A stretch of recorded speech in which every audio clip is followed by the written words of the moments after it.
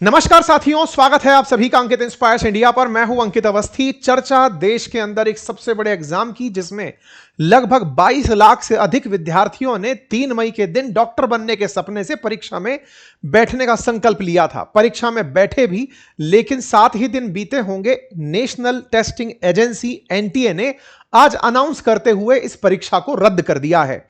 रद्द करने के कारण में नीट पेपर का लीक होना पाया गया है। नीट का पेपर लीक कैसे हुआ, इसकी सारी जानकारी आपके साथ साझा होगी।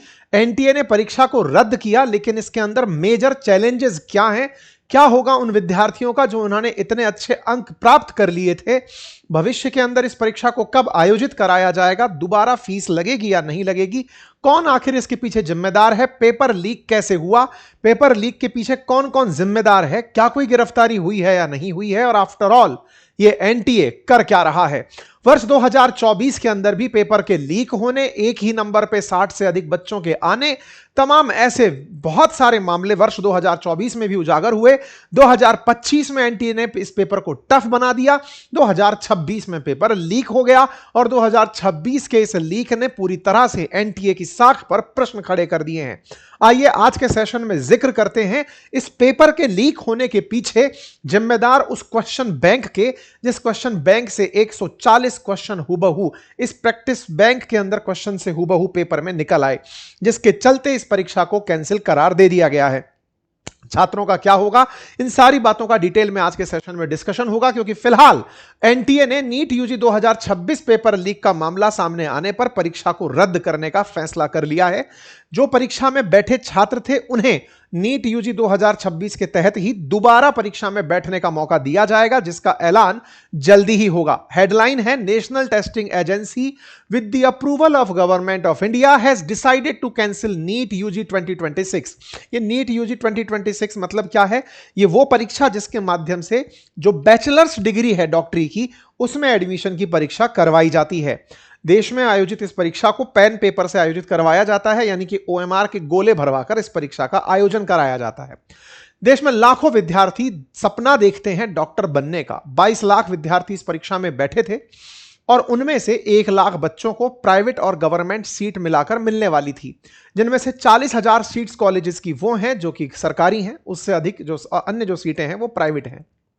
लगभग 40,000 सीटों में तमाम पोस्ट, चाहे वो एमबीबीएस है, बीवीएससी है, बीएएमएस है, उन सब के लिए इस परीक्षा का आयोजन कराया जाता है।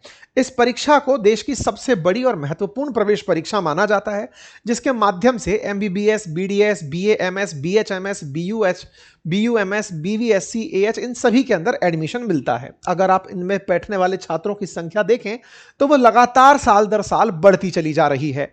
वर्ष 2025 में जहां इस परीक्षा में 22 लाख विद्यार्थी अपीयर हुए थे, इस साल 22.7 लाख बच्चों के इस परीक्षा में अपीयर होने की जानकारी निकल कर आई। 96.92%, यानी कि जिसने फॉर्म भरा ऑलमोस्ट हर बच्चा परीक्षा में बैठने गया। यह परीक्षा 2 पारियों में आयोजित हुई। 22,75,000 बच्चों ने फॉर्म भरा, 22,05,000 बच्चे एग्जाम देने गए और यह पारी दोपहर 2 बजे और शाम 5 बजे 2 पारियों के अंदर इस परीक्षा का आयोजन हुआ। दुनिया भर के अंदर, यानी कि भारत के बाहर भी इसके इंटरनेशनल लोकेशन पर भी सेंटर आए थे। 5,500 सेंटर्स पर इस परीक्षा का आयोजन हुआ।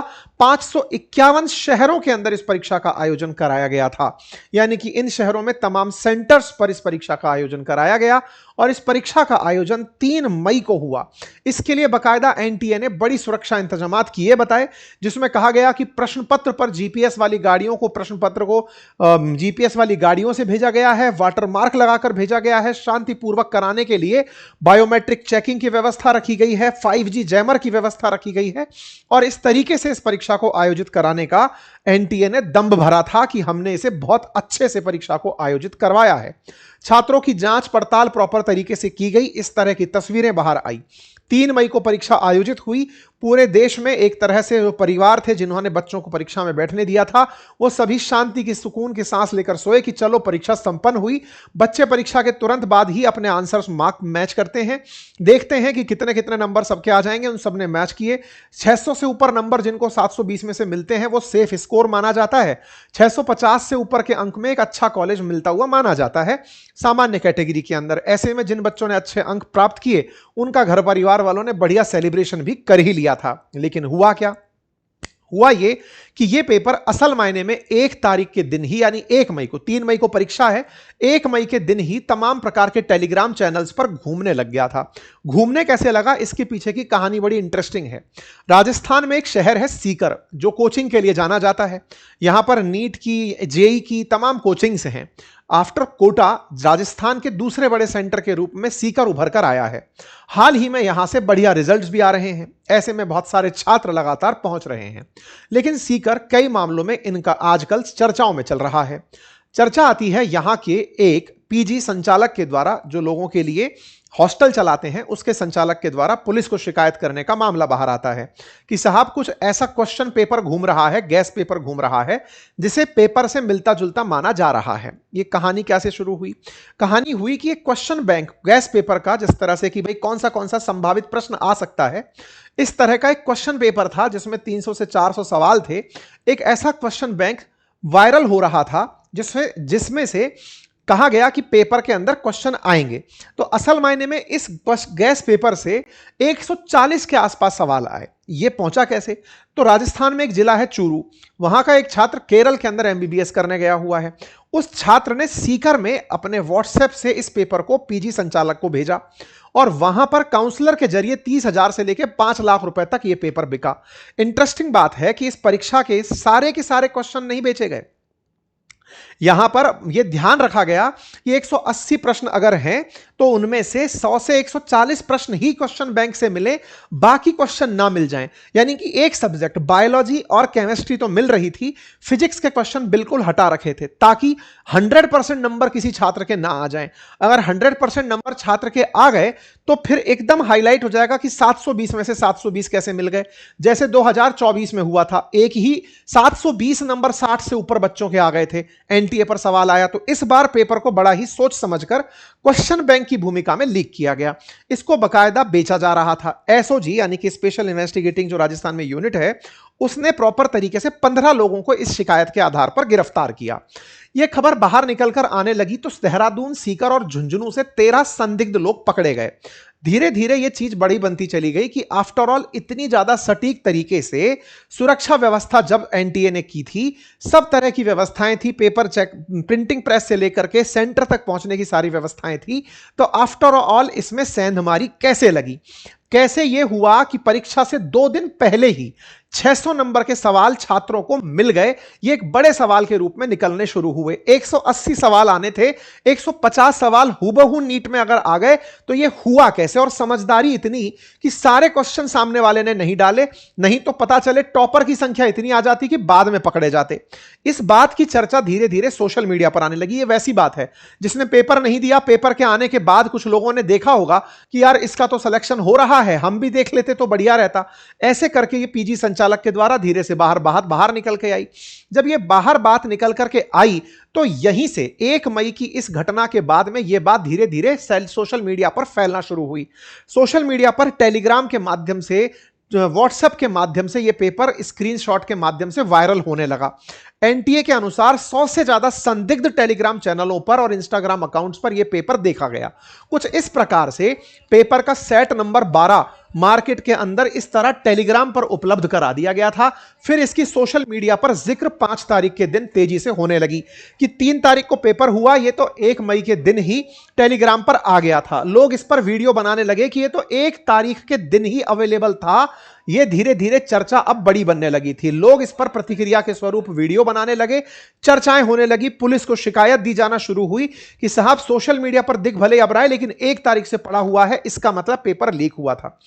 राजस्थान की एसओजी ने इस मामले की जांच की और धीरे धीरे पहुंचने का प्रयास किया तो पता चलता है कि यह व्हाट्सएप पर मल्टीपल टाइम शेयर हो चुका था। यह जानकारी एनटीए को दी गई। एनटीए को बताया गया कि एक गैस पेपर है, 400 में से 150 क्वेश्चन सीधे सीधे आ रहे हैं, यह पेपर लीक हो चुका है मल्टीपल टाइम। एनटीए ने शुरुआत में इस बात का हालांकि मानने से इनकार किया क्योंकि उन्हें अपनी सुरक्षा पर ज्यादा यकीन था, लेकिन फिर उन्हें इस बात को मानना भी पड़ा। परिणाम यह निकलकर आया कि इस मानने के बाद में इस परीक्षा को एनटीए को रद्द करने के लिए विचार करना पड़ा। इस मामले को अब सीबीआई को सौंप दिया गया। कुल मिलाकर के इस पेपर के अंदर पूरी तरह से नकल हो रही थी। पेपर पूरी तरह से बाहर आ चुका था। बायोलॉजी के 90 और केमिस्ट्री के 35 सवाल तो सीधे सीधे आ रहे थे। एसओजी ने 11 मई को जयपुर से किसी मनीष नाम के शख्स को पकड़ा। पेपर छपने से पहले सवाल लीक करने के उसको मास्टरमाइंड के रूप में माना जा रहा है।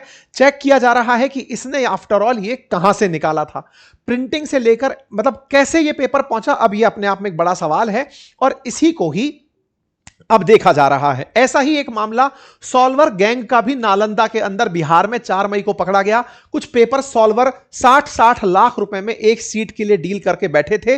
नालंदा पुलिस ने 7 लोगों को हिरासत में लिया जो लग्जरी गाड़ियों में बैठकर दूसरे की जगह पेपर देकर परीक्षा को पास कराने का प्रयास कर रहे थे। कुल मिलाकर ऐसी गिरफ्तारियां शहर में देश में और भी कई जगह हुई। एनटीए ने, नेशनल टेस्टिंग एजेंसी ने पहले तो इसके अंदर कहा कि कोई ऐसा मामला नहीं है, फर्जी है, सारा की सारा मामला अफवाहों से बचने की सलाह दी। लेकिन फिर एनटीए खुद अपनी तरफ से यह बात कहते हुए बाहर आई कि हमने सरकार से डिस्कशन किया और सरकार से डिस्कशन के बाद हम परीक्षा को रद्द करते हैं। छात्रों को हुई असुविधा में हम उनसे दोबारा फीस नहीं लेंगे, परीक्षा का पुनः आयोजन कराया जाएगा। छात्रों का गुस्सा फूट पड़ा। छात्रों का गुस्सा फूट पड़ा कि आफ्टर ऑल एनटीए इतनी लापरवाही कैसे कर सकता है। 2024 की लापरवाही अभी निकली ही नहीं थी। 2024 में जहां एक नंबर पर इतने बच्चे थे, वहीं उसके अंदर स्केलिंग का इशू था, उसके अंदर एक सेंटर पर पेपर लीक होने का इशू था। बिहार के एक सेंटर पर बड़ी मात्रा में लीक होने की खबरें आई थी। मामला सुप्रीम कोर्ट तक पहुंचा था। छात्रों का भविष्य 4-4 महीने तक अधर झूल में लटका रहा था। फाइनली सुप्रीम कोर्ट ने कुछ पर्टिकुलर क्षेत्रों में पेपर दोबारा करवाने की राहत देकर बाकी छात्रों को कॉलेज आवंटित होने दिया था। 2025 में एनटीए ने अपने परिपाटी को तोड़ते हुए इतना टफ पेपर दे दिया कि लो बेटा करके दिखाओ। 2026 के अंदर पेपर लीक हो जाता है। छात्रों का पूरी तरह एनटीए पर सवाल खड़ा होता है कि आफ्टर ऑल आपसे यह पेपर लीक क्यों हो रहा है। जब इस बारे के अंदर तह तक जाया गया तो पता चला कि 2024 में ही सुप्रीम कोर्ट के कहने पर राधाकृष्णन आयोग बनाया गया था। राधाकृष्णन आयोग ने रिकमेंडेशन दिया था कि इस परीक्षा को ऑनलाइन आयोजित किया जाना चाहिए।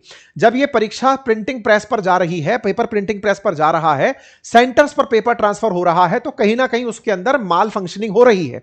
ऐसे में इस पेपर को ऑनलाइन आयोजित करवाया जाना चाहिए। एनटीए का तर्क था कि 22 लाख विद्यार्थियों को एक बार में ऑनलाइन सेंटर आवंटित करना मुश्किल है, तो इसके बारे में भी तर्क दिया गया कि इस परीक्षा को साल में 2 बार आयोजित करवा लिया जाए, जैसे जेईई मेंस का एग्जाम साल में 2 बार होता है। फिर इसके पीछे तर्क दिया गया कि साहब हम 2 बार में आयोजित करा करके एडमिशंस के अंदर दिक्कत खड़ी कर देंगे। फिर इसके ऊपर तर्क दिया गया कि कम से कम आप एक ही बार में करवाएं तो अलग अलग दिनों में करा लें। यह देश वो है जो एक देश एक चुनाव एक बार में कराने की सोचता है, लोकसभा और विधानसभा के, और उसके लिए ईवीएम के लिए खरीद की बातें की जाती हैं। छात्रों का भविष्य अंधकार में है। केवल 22 लाख बच्चों की बात नहीं, 1 करोड़ लोग सीधे प्रभावित होते हैं। और 1 करोड़ ही नहीं, उनसे अप्रत्यक्ष रूप से उनके साथ हॉस्टल वाले, कोचिंग वाले, मैस वाले, ऑटो रिक्शा वाले सभी लोग, पूरी अर्थव्यवस्था है जो इसकी वजह से प्रभावित होती है। नीट 2024 से सबक ना लेने पर और 2026 में इस तरह की गलतियां हो जाने पर छात्रों का गुस्सा एनटीए पर फूट रहा है। सरकार से प्रश्न उठ रहे हैं कि यह नीट स्कैम फिर से कैसे हो रहा है। आफ्टर ऑल कौन मिला हुआ है, किसके अंदर माल फंक्शनिंग हो रखी है, कौन इसमें आफ्टर ऑल मिला हुआ है। और तो और 2021 में भी कुछ इस तरह का ही मसला पहले उजागर हुआ था। 2026 में फाइनली एनटीए ने इसको कैंसिल किया है। इस पर अपोजिशन हमलावर हुआ। अपोजिशन ने सरकार के 10 साल में 89 पेपर लीक होने पर सवाल उठाए। राहुल गांधी जी ने कहा कि नीट का पेपर लीक होना असल में नीलामी जैसा है। ऐसे ही कांग्रेस के मेन हैंडल से इस पर तमाम प्रश्न उठाए गए। राजस्थान में अशोक गहलोत जी द्वारा, गोविंद डोटासरा, सचिन पायलट, इन सभी के द्वारा अपनी अपनी प्रतिक्रियाएं आई, क्योंकि राजस्थान में सबसे पहले इस बात का पता चला। राजस्थान के सीकर का नाम इसमें सबसे ज्यादा आया। सीकर का एक चीज में नाम और आ रहा है और वो ये कि सीकर के सेंटर से जो बच्चों का सिलेक्शन रेशो है वो 650 से अधिक नंबर पाने वालों की संख्या पूरे देश के अन्य सेंटर्स के औसत से अधिक है। ऐसे ही 600 से अधिक अंक पाने वालों की जो संख्या है वो भी सीकर के सेंटर्स पर अधिक है। ऐसे में विचार इस बात पर हो कि कहीं सीकर के अंदर कोई ऐसी गैंग तो सक्रिय नहीं है जो इस तरह का काम कर रही है। फाइनली अभी के लिए एनटीए के द्वारा कहा गया है कि अब आपकी फीस वापस होगी, दोबारा रजिस्ट्रेशन नहीं करना होगा, परीक्षा आप लोगों की प्रॉपर तरीके से आयोजित करवा दी जाएगी। कुल मिलाकर के अब कानून के ऊपर बात टिकी है कि आफ्टर ऑल वो लोग कौन हैं जिन्हें भय नहीं है। तो भय के लिए असल में जिम्मेदार होते हैं कानून जो लोगों में भय भरते हैं। लेकिन सरकार के द्वारा एंटी पेपर लीक जो कानून बनाया गया उसमें 3 साल की सजा का प्रावधान था, जिससे किसी को डर नहीं था। पेपर लीक करने में जो लोग जिम्मेदार हैं उन्हें 5 से लेकर 10 साल तक की सजा का प्रावधान किया गया था। इसका सरकार का इसका भय लोगों में नहीं है और इसी कारण से लाखों लोगों की जिंदगी के साथ खिलवाड़ ये पेपर लीक एजेंट और सरकार के अंदर बैठे कुछ ऐसे लोग जो भ्रष्टाचार में लीन हैं उनके द्वारा यह काम किया जा रहा है। आवश्यकता है इस विषय पर तीव्र संज्ञान लेने की, कोर्ट के इंटरफेरेंस की और सरकार को इन बच्चों के अंदर यह विश्वास बहाली की कि आपका भविष्य संकट में नहीं है। यह बहुत गंभीर विषय है। आप लोग इस विषय पर क्या सोचते हैं अपनी राय कमेंट बॉक्स में जरूर दें। चैनल पर नए हैं तो सब्सक्राइब कर लें। बाकी अपडेट्स के साथ जुड़े रहें। धन्यवाद।